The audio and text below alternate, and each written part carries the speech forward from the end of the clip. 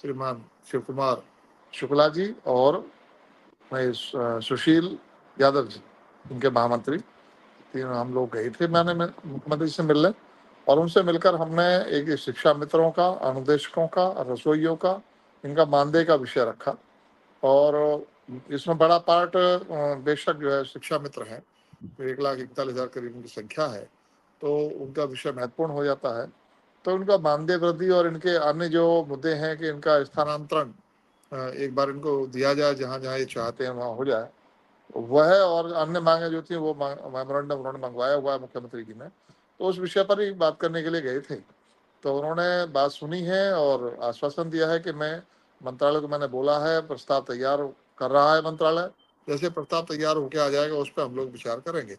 हम सबको पता है कि कोई ये तो मैं देख रहा हूँ जो लोग कमेंट्स लिखते हैं, हमें भी उम्मीद थी कि दीपावली से पहले कुछ हो जाएगा, लेकिन सब चीज़ें चुटकियाँ बजाते नहीं होती। जहाँ 7 साल तक आप लोग वेट कर रहे थे, अभी हम लोग लगे हैं, चीज़ें धीरे धीरे ठीक भी की हैं और चीज़ें होनी शुरू हुई हैं।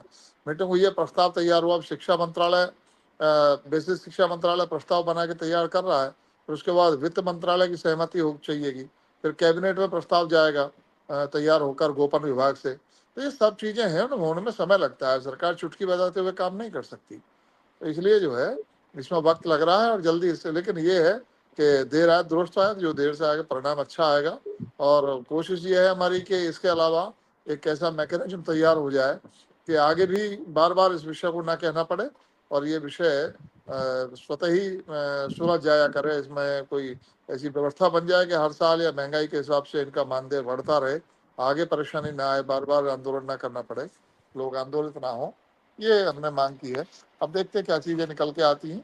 हम लोगों का काम है अपनी बात रखना। हमने कोशिश की है शिक्षा मित्रों के और सरकार के बीच में पुल का काम करने का, और वो भाजपा के शिक्षक प्रकोष्ठ का संयोजक होने के नाते मैं अपना दायित्व निभा रहा हूँ और प्रयास कर रहा हूँ कि इसमें भले ही हाथ जले या पैर जले या सिर जले, लेकिन जो है भला सबका होना चाहिए, करने का प्रयास कर रहे हैं। देखिए परिणाम सबके सामने आएगा, यही मेरा प्रयास है।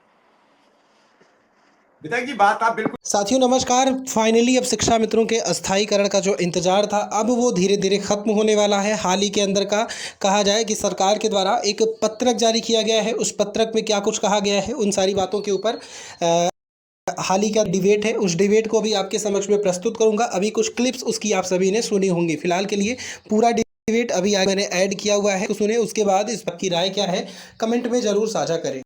ठीक कह रहे हैं, जो आप कह रहे हैं वो मैं बात आपकी समझ रहा हूं। जो लोग लिखने वाले नहीं है, ये मुश्किल से 100 से 200 है इनकी संख्या। ये खोजते रहते हैं कि हमें कहां लिखना है, किस व्हाट्सएप ग्रुप पे लिखना है, किस जगह प्रोग्राम चल रहा है वहां लिखना है। इनका काम सिर्फ लिखना है और इन्हें कुछ पता नहीं है। इन्हें ये भी नहीं पता है, थोड़ी देर में हो सकता है आपसे फोन करके पूछे, विधायक जी आचार संहिता का मतलब क्या होता है, कब लगती है और कैसे लगती है, मतलब इससे कोई लेना देना है। इन्हें जैसे ही ये पता लगा कि आचार संहिता लग गई, उसके बाद इनका पेशेंस खत्म हो गया कि बस फिर लुट गए। क्यों कि पहले प्रस्ताव बनने की चर्चा हुई तो लोकसभा चुनाव आ गया, अब प्रस्ताव बनने की चर्चा विधायक जी ने उठाई तो बस एक ही चीज रहती है कि चुनाव आया और हमारी चर्चा शुरू हुई, वोट पड़ गए, लोग भूल गए। विधायक जी अगर ये सब चर्चा होती तो आज मुख्यमंत्री जी से मिलने नहीं जाती।